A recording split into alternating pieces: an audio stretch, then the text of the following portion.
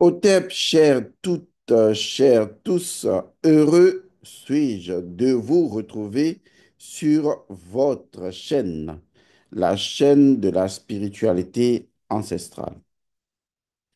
Aujourd'hui, je vais donner suite à une requête, à une demande qui a été faite par l'un des téléspectateurs ou de ceux qui nous suivent ici sur notre chaîne, sur votre chaîne. Sa demande fait suite à la précédente capsule, si ma mémoire est bonne, et qui concernait justement les testicules et les ovaires. Et donc, si vous lisez en bas, vous verrez que il y a une personne qui a demandé si je pouvais donc vous entretenir sur le principe premier de la circoncision. En fait, pourquoi est-ce que l'on fait la circoncision et non plus comment on fait la circoncision? La circoncision est un sujet d'importance et donc je pense que le fait que c'est aujourd'hui à l'origine de beaucoup de dérèglements psychologiques. Je répète, c'est à l'origine de beaucoup de dérèglements psychologiques et même psychiques. Il est important pour moi justement d'en parler. Maintenant, libre à chacun de pouvoir apprécier selon la dimension de sa conscience et de sa connaissance actuelle des choses. Je suis Monsieur Principe Premier. Et comme je vous l'ai dit dans une capsule précédente, si on avait la connaissance de tous les principes premiers des organes de notre corps, eh bien, on se sentirait mieux parce qu'on vivrait tout simplement à partir de ces pulsations vibratoires premières et les choses iraient mieux pour chacun d'entre nous. C'est d'ailleurs pourquoi je vais vous annoncer une bonne nouvelle. La bonne nouvelle concerne les personnes qui sont dans la formation sur la thérapie. Ces personnes sont en train de suivre une formation extraordinaire. Vous pouvez leur demander. Et je vais me faire le plaisir, bien sûr, de faire dans la prochaine rencontre, je pense que c'est le samedi prochain, dans notre prochaine rencontre à 15 heures, je vais vous faire donc le principe premier qui est associé au cœur. Cela, pourquoi? Parce que vous pourriez comprendre alors la source même de l'énergie de guérison. Parce qu'il ne peut pas y avoir de guérison sans le cœur. Et si le cœur est un organe, ça veut dire que c'est un instrument qui a permis d'orchestrer, d'organiser, c'est-à-dire de rendre prêt, apte à la vie, une énergie qui se cache derrière le cœur. Et quel est donc son mythe? Quelle est donc sa légende? Comme je l'ai fait d'ailleurs pour les testicules et les ovaires, cela vous permettra justement de connaître ce qui est caché derrière le cœur que vous portez. Cela vous aidera énormément en matière de guérison, je vous le garantis. D'ailleurs, lorsque j'ai parlé du principe premier des testicules et des ovaires, il existe des rituels, il existe des méditations qui permettent justement d'accroître la puissance ou de maîtriser la puissance des gonades. Nous n'en avons pas parlé parce que de façon publique, on n'est pas dans le bon répertoire pour pouvoir en parler. Car il y a des choses publiques, il y a des choses secrètes. De toute façon, pour les personnes qui sont dans le groupe et la formation de thérapie, le samedi prochain, nous allons donc à 15 heures aborder l'organe qu'on appelle le cœur et quelle est l'énergie qu'il a fallu organiser pour que justement cela soit prêt à l'emploi pour qu'on ait aujourd'hui un cœur. Vous en serez naturellement émerveillés. Au moins, vous aurez une connaissance, pas une information, une connaissance. La différence entre les deux, c'est que la connaissance met l'accent sur un principe premier qui vous permet à partir de là de réfléchir dans la loi naturelle et de faire évoluer votre conscience. Alors qu'une information eh bien, tant qu'elle ne repose pas sur un principe premier, ce n'est qu'une information du bourrage cérébral, mais ça n'ira pas beaucoup plus loin. Pas du tout d'ailleurs. Donc, je vous le dis, nous parlerons de l'organe qu'est le cœur et de la pulsation première, de ce qu'il a fallu organiser pour créer un organe, l'organe n'étant que l'instrument créé par l'énergie première pour sa propre émission dans le monde physique. Maintenant que vous avez compris comment ça fonctionne. C'est d'ailleurs sur ce point que je vais vous parler de la circoncision. Oui, la circoncision. Je le dis encore une fois, la circoncision, et je vais vous demander une seule chose que vous allez me donner. Et s'il vous plaît, donnez-moi cette chose. Je demande ici et maintenant toute votre attention. Parce que j'ai une façon de parler circumambulatoire et circulaire. Si vous ne me suivez pas, eh bien, vous n'allez pas de façon holistique appréhender la multitude de choses que j'aborde à la fois parce que ainsi mon esprit travaille. Lorsqu'on parle de circoncision, dans un langage très simple, il s'agit, au niveau du garçon, d'enlever quelque chose. Ce quelque chose est appelé le prépuce. Le prépuce est simplement ce repli de chair qui dépasse légèrement le pénis lorsque le pénis est au repos et qui, disons, ferme le bout du pénis. C'est un morceau de chair supplémentaire et qui laisse quand même une petite ouverture pour faire pipi. Toutes les grandes traditions initiatiques, sauf certaines traditions, et j'en reviendrai, ont donné leur autorisation, quels que soient les éléments qui ont sous-tendu cela, quels que soient les éléments qui ont soutenu ça, les mythes et légendes, comme par exemple lorsque vous lisez la Bible où la circoncision aurait été imposée par Dieu d'une manière différente. En fait, ce ne sont que des langages codés qui traduisent un principe premier qui est à l'origine de la circoncision. Et vous ne trouverez nulle autre part la vérité, le principe premier de la circoncision que dans la spiritualité de Kama. Parce que c'est dans la spiritualité de Kama qu'on va dans les profondeurs des choses, Keku, qu'on trouve les principes premiers des choses. Et c'est également là qu'on va dans le principe de Nun, la transcendance, pour apprécier ce qui doit être apprécié. Et donc, il est important de savoir que en Afrique, par exemple, eh bien, le prépuce est enlevé. Le fait d'enlever le prépuce, cette chair supplémentaire, eh bien, cela s'appelle tout simplement la circoncision. Je reviendrai dans une autre capsule sur l'excision. Mais pour le moment, ce qui m'intéresse, c'est la circoncision. Et je veux parler de façon très, très spirituelle et métaphysique. Je vais le dire 3 fois. Le prépuce, comme d'ailleurs le mien, le prépuce doit être enlevé. Il est important que vous compreniez ce que je dis maintenant. Si vous n'êtes pas circoncis, je vous demande, quel que soit l'âge que vous avez, de courir pour aller vous faire circoncire, pour faire la circoncision. Allez enlever le prépuce.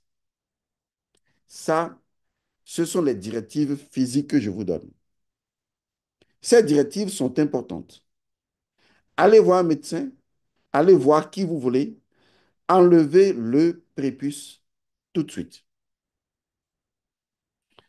Ne vous en faites pas, vous savez que je dis toujours pourquoi. J'en viendrai.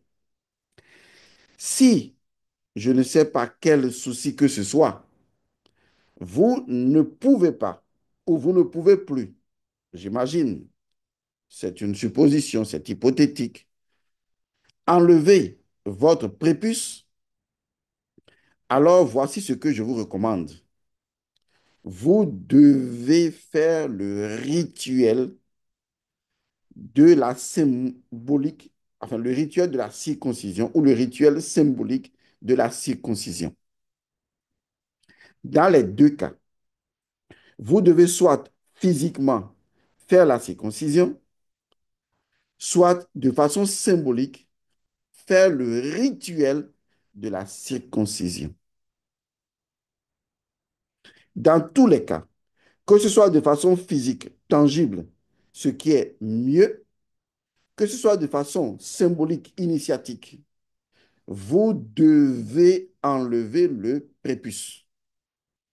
Maintenant que j'ai martelé cela dans votre crâne, dans votre cœur et dans vos reins suffisamment, nous allons partir vers la connaissance qui nous en donne le pouvoir.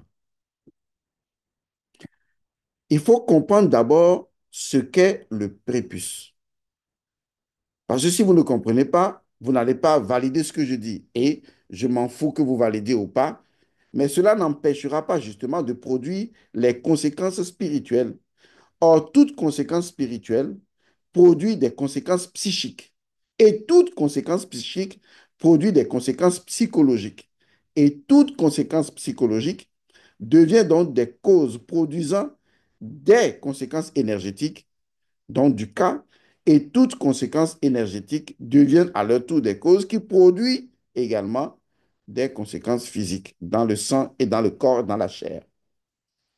Vous avez compris le processus de la densification des énergies spirituelles à travers les variations psychiques, psychologiques, donc induisant les émotions énergétiques et donc physiques. Je vais revenir donc pour dire ce que c'est qu'un organe. Un organe, c'est un instrument qui, et quand je dis instrument, vous comprenez, c'est un instrument qui organise une énergie qu'il a créée, c'est-à-dire il y a une énergie préexistante à l'organe qui a abouti à la création de l'organe qui vient à son tour réguler cette énergie et donc cet organe va fonctionner et influencer le porteur. Ce sur quoi j'attire votre attention, bien sûr, c'est que tous les organes de votre corps, tous les organes de votre corps vous influencent. Parce que ces organes portent de façon initiale une signature de leur existence qui est leur mémoire, et ces organes ne fonctionnent qu'à partir de leur signature et donc vous influençant dans leur principe premier. L'estomac, le foie, le pancréas, le cœur, la rate, tous ces éléments de votre corps que je vais appeler des organes influencent tout votre métabolisme parce que chacun possède une musique, une musicalité qui est propre à cet organe, l'organe étant un instrument qui organise une énergie comme un instrument de musique, laquelle énergie l'a créé pour que, organisée par cet organe, l'énergie puisse circuler dans votre environnement biophysique. Et donc, un organe vous influence. Je vais être encore plus précis. Lorsque vous coupez la jambe d'une personne, cette rupture avec sa jambe influence automatiquement sa vie intérieure. Parce que, eh bien, cela va changer la circulation des énergies entre les organes qui sont reliés à tout le corps humain. De la même manière, lorsqu'on fait l'ablation d'un rein, par exemple, cela a une conséquence spirituelle et naturellement une conséquence psychique. Parce qu'un organe comme le rein, qui a dans son principe premier et qui disparaît. Au lieu de deux, il y a un qui part. Cela veut dire que cet organe-là, il est absent alors que une énergie antérieure qu'il a créée pour qu'elle soit organisée par cet organe, eh bien, cette énergie ne trouve plus d'éléments physiques pour passer dans l'organisme. Or, l'organisme étant un tout, cette énergie va devoir influencer l'organisme dans le monde spirituel de façon différente et donc cela va changer le psychisme de l'individu. Parce que tous vos organes libèrent de l'énergie spirituelle sous forme d'énergie psychique, sous forme d'énergie psychologique, sous forme d'énergie tout court ou sous forme d'action. Suivez-moi bien. Nous avons donc l'organe pénien, notre pénis. Notre pénis a quelque chose de fondamental. J'ai déjà parlé des testicules. Ce quelque chose de fondamental, c'est le prépuce. Dans les initiations traditionnelles africaines, chez les peuples évés, par exemple, dans les couvents et chez les vaudounos, par exemple, ceux qui s'y connaissent en la matière, ceux qui pratiquent même la circoncision, ils vous diront, au moment de la circoncision, pour ceux qui en ont encore la connaissance, ils vous diront quelque chose de ce genre. Je vais essayer de le dire dans ma langue et vous traduire cela. Olade, nyɔnu le nu sume. Made, nyɔnu le nu sume. Cela veut dire quoi? De façon littérale, même si on ne doit pas traduire littéralement. Cela veut dire, il faut enlever la femme dans l'homme pour que l'homme soit homme. Est-ce que vous comprenez? Il faut enlever la femme dans l'homme. Il faut enlever le féminin dans l'homme pour que l'homme soit homme. Sinon, l'homme ne sera pas entièrement homme. Puisque, comme je viens de vous le dire, un organe libère de l'énergie spirituelle sous forme de l'énergie psychique, psychologique ou sous forme d'énergie tout simplement et d'action. Donc, l'état de votre pénis non circoncis a une influence sur votre psychisme. L'état de votre pénis circoncis a également une influence différente sur votre psychisme. Est-ce que vous comprenez cela?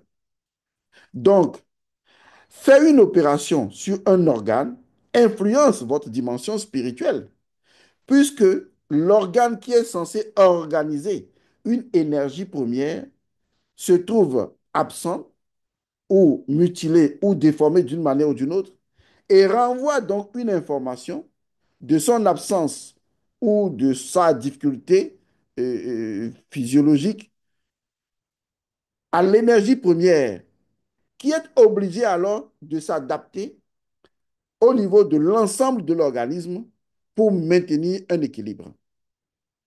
Je vous expliquerai détail par détail comment ça fonctionne. Mais pour ce qui est intéressant à comprendre, c'est lorsque dans la tradition initiatique de Kama, on dit en enlevant le prépuce, et cela se suit par un rituel, ou même après, le prépuce est utilisé même dans un rituel donné, parce que cela devient un élément de fertilité qui doit viriliser l'enfant. Donc, le prépuce est déposé quelque part ou planté quelque part, etc., etc. Mais le principe est, il faut enlever la femme dans l'homme pour que l'homme soit homme, entièrement homme. Nos ancêtres savaient ceci. Les personnes qui ne sont pas circoncis sont également des personnes psychiquement, psychologiquement influencées. Non seulement ce sont des personnes qui ont une dimension masculine, mais ce sont des personnes grandement influencées par le féminin, par la femme, leur propre énergie féminine. Et donc, on les considère comme des gens n'étant pas totalement hommes, hommes avec petit h. Ce sont des gens dont le psychisme peut basculer facilement dans la dimension de la femme. C'est-à-dire que vous allez trouver un homme qui du jour au lendemain vous dit, je me sens femme.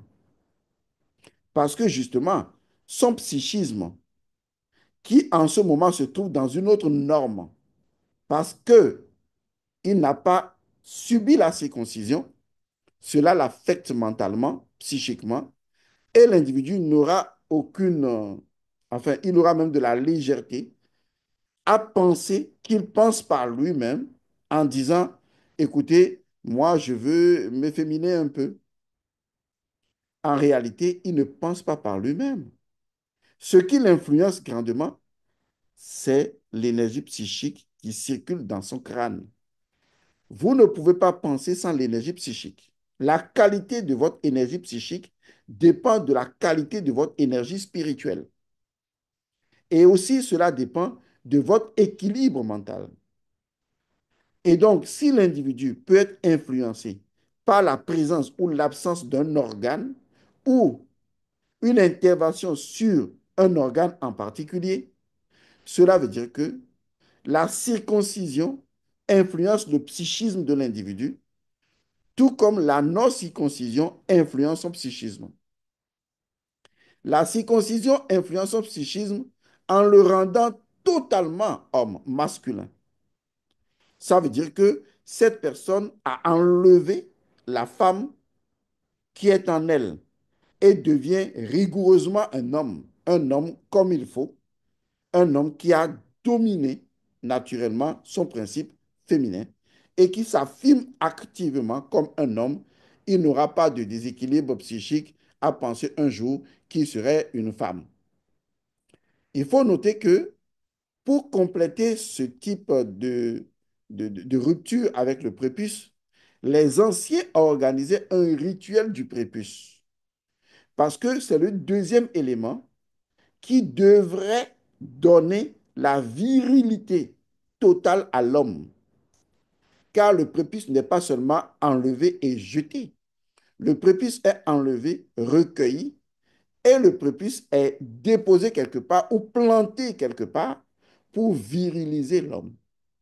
Ceci constitue une deuxième étape qui est malheureusement sautée souvent, ce qui a le danger de créer ou met le risque exactement sur le fait que de tels hommes, même sans le prépuce, pourraient toujours être enclins à vouloir devenir femmes. Parce que nos anciens avaient constaté, puisque c'est l'expérience également qui les a guidés, que les enfants à prépuce et les enfants sans prépuce n'avaient pas du tout le même comportement et n'avaient pas du tout la même réflexion, n'avaient pas les mêmes analyses, n'avaient pas la même façon de penser. On remarquait par exemple chez les enfants à prépuce que ce sont des gens dotés de duplicité, c'est-à-dire que leur cerveau est capable de duplicité, tout simplement, c'est-à-dire de duperie et généralement aussi de mensonges, d'inverser les pôles des choses. Et c'est souvent dangereux. C'est d'ailleurs pour cette raison qu'on dit que le psychisme est influencé. Parce que noir peut devenir blanc, blanc peut devenir noir. On peut, de façon personnelle, eh bien, créer des circonstances d'approuver ou de désapprouver ce qu'on avait désapprouvé ou approuvé hier. Exactement le comportement japhétique. Malheureusement, c'est un exemple. Pour vous dire que les anciens avaient remarqué, c'est pourquoi j'ai pris le temps de vous expliquer l'influence de la présence ou de l'absence d'un organe sur le psychisme. Les anciens avaient remarqué que les enfants à prépuce posaient problème. Oui, ils posaient problème de par leur comportement, de par leur vulgarité, de par leur barbarie, de par leur comportement assez bizarre. Ces enfants, eh bien, n'arrivaient pas à maîtriser la gémellité composite de leur corps. Oui, il y a eu une gémellité. Et cette gémellité n'était pas maîtrisée. D'ailleurs, l'histoire raconte que c'est justement parce que cette gémellité faisait affront au dieu Ammon que le prépuce a commencé à être enlevé. Car à un moment donné, le prépuce a décidé justement, eh bien, de se rebeller contre le pénis. Et on l'a trouvé dans la version où le clitoris a décidé de se rebeller contre le pénis. Et c'est pourquoi il a été abattu. Et donc, il faut aussi abattre le féminin dans l'homme. Parce que si le féminin n'est pas abattu dans l'homme, on n'a pas psychiquement un homme. On a moitié homme, moitié femme, ou ça dépend, un quart d'homme, trois quarts de femme, ou ça dépend, l'inverse. C'est un mélange implosif, indéterminé, qui pourrait avoir des conséquences psychiques très graves. C'est la raison pour laquelle les anciens ont décidé de pratiquer l'ablation du prépuce, d'enlever le prépuce pour permettre à l'homme d'être entièrement homme. Vous savez, quand on dit un homme, c'est un homme. Ça peut déranger ceux qui sont adeptes du féminisme croquant et idiot, mais un homme, c'est un homme. Ça ne se négocie pas. Parce qu'il y a quelqu'un qui en a dans la culotte et qui peut se lever et qui bande. C'est un homme. En Afrique, un homme, c'est un homme. Il se respecte comme un homme. Il va sur son initiation dans la forêt, il revient. On dit, le garçon est devenu un homme. Et quand il devient homme, même sa maman, même sa tante, même toutes les femmes se plient et reconnaissent que c'est un homme. C'est de ça qu'il s'agit. Il ne s'agit pas d'une domination de la peste homme sur la femme. Non, ça n'a rien à voir. C'est, disons, l'émergence du principe de la virilité. Et non aujourd'hui où on a, la plupart du temps en Occident, des hommes qui sont devenus des femmelettes et qui n'ont pas l'autorité d'un homme.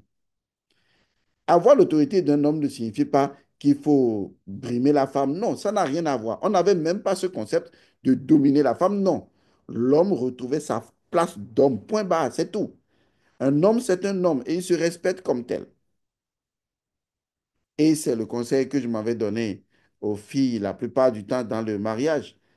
Laissez vos conneries de oui, et je fais ceci, toi aussi tu dois faire ça. Non, un homme, c'est un homme. Un homme fait des choses, une femme fait des choses. Un homme ne porte pas d'enfant, une femme en porte. Il faut savoir donner à chacun ce qui lui revient. Il faut donc quelqu'un qui réponde du foyer. C'est l'homme. Je suis désolé de vous le dire, c'est comme ça. On ne peut pas avoir deux capitaines, je vais parler comme ça, dans le navire. Non, ce n'est pas possible. Même si dans l'amour, il n'y a pas de capitaine, il y a quelqu'un qui doit répondre. C'est l'homme. C'est comme ça, c'est la nature qui l'exige.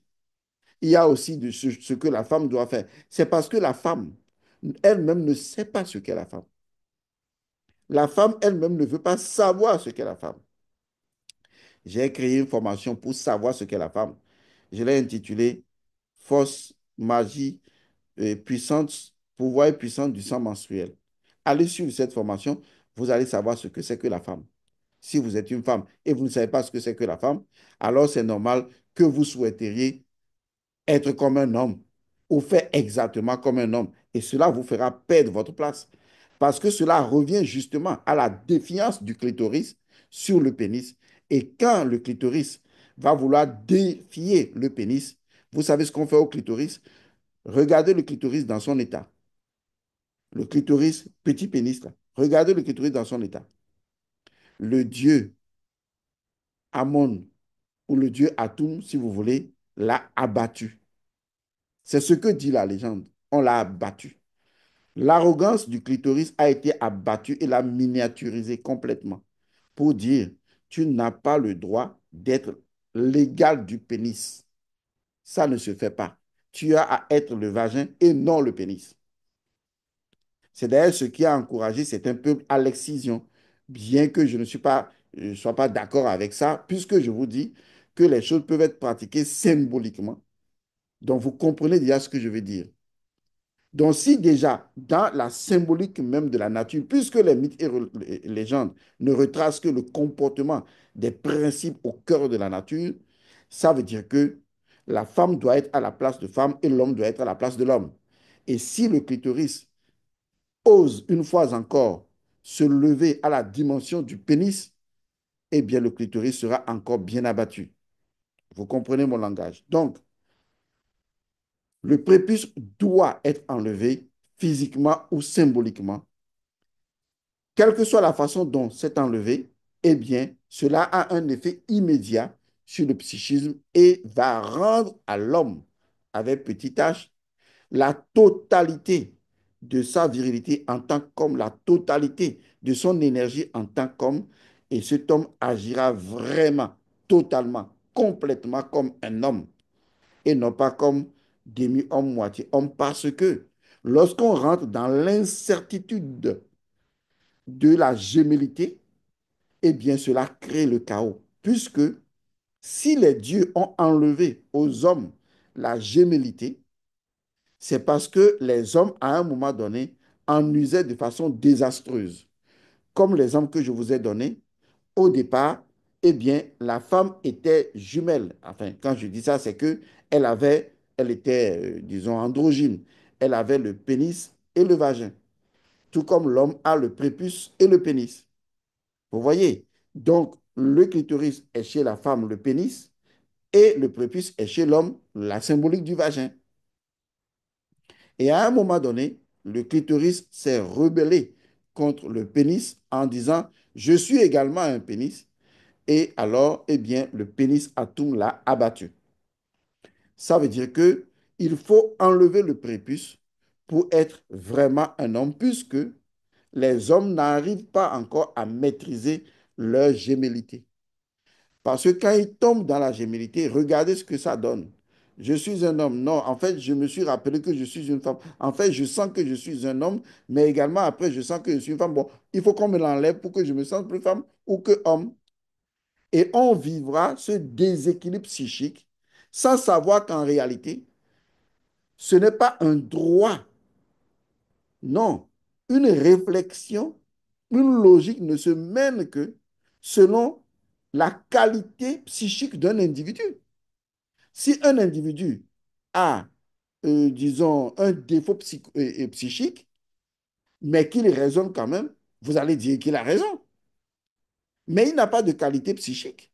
Parce que la qualité psychique d'un individu est appréciée sur la qualité de l'énergie psychique qui circule en lui, laquelle est appréciée par l'énergie spirituelle qui circule dans son psychisme ou dans son mental.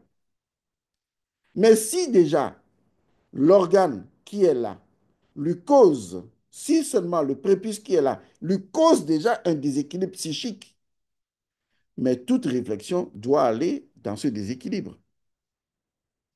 Donc, je vous encourage à enlever le prépuce physiquement s'il le faut, quelle que soit la tradition à laquelle vous appartenez. Je ne vais pas rentrer dans Dieu a vu que c'était sale, c'était machin. Ça sont des arguments superfétatoires. Mais ce qui est important, c'est ce que je viens de vous dire. Vous devez enlever la femme en vous. Ça ne veut pas dire que votre principe spirituel féminin est enlevé. Non. C'est que, eh bien, ça ne trouve plus d'éléments organiques, physiques, pour pouvoir perturber votre réalité en tant qu'homme. Voilà. Donc, dans les deux cas, c'est à vous de savoir comment le faire. Maintenant, chacun fera son choix. Mais moi, j'ai dit ce à quoi cela concerne.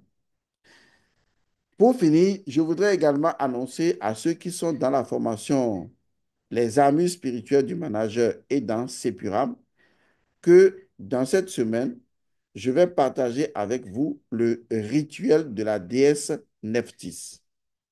Vous savez que je vous avais déjà enseigné le rituel de Isis, le rituel de Horus l'Ancien, le rituel d'Osiris, puisque je vous ai promis cinq. Il y a donc le rituel de Nephthys que nous allons tout faire pour faire cette semaine. Mais ce rituel de Nephthys est un rituel assez dangereux, je vous préviens. Et c'est également un rituel que je vais obliger tous ceux qui sont à la tête des communautés qui représentent la spiritualité ancestrale que je porte. Je vais vous soumettre, vous tous qui voulez être à la tête d'une communauté, je vais vous soumettre à l'initiation de la déesse Nephthys. Je vais vous soumettre au rituel de la déesse Nephthys. C'est très important parce qu'il est temps que nous manipulions des forces et que nous soyons responsables des forces que nous manipulons. Lorsque vous êtes responsable d'une communauté, par exemple en Côte d'Ivoire, ou responsable d'une communauté à Toulouse, ou d'une communauté en Belgique, je vais vous faire suivre une initiation.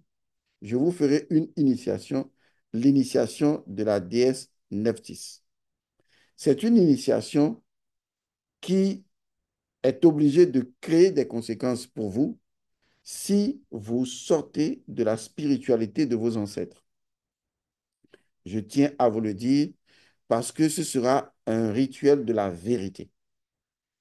La déesse Nephthys, qui est également associée à la vérité et aussi à la purification, va devoir vous juger lorsque le bocal d'eau doit être posé et que vous devez boire la même boisson que boivent ou qu'ont bu les morts, les défunts. Vous devez passer cette épreuve. Si vous passez cette épreuve parce que vous maîtrisez le serment le serment d'Osiris, qui est le serment de la vérité, si vous êtes vrai dans votre intention et dans votre motivation, vous n'aurez absolument aucune conséquence. Mais si vous êtes faux ou fausse, alors la déesse Nephthys, son principe, va devoir vous sanctionner.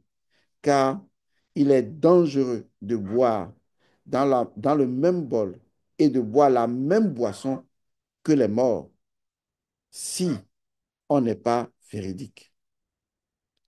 Je vous ferai passer, puisque vous criez, on veut initiation de nos ancêtres, je vous ferai passer cette initiation et chacun devra faire face à sa propre justice.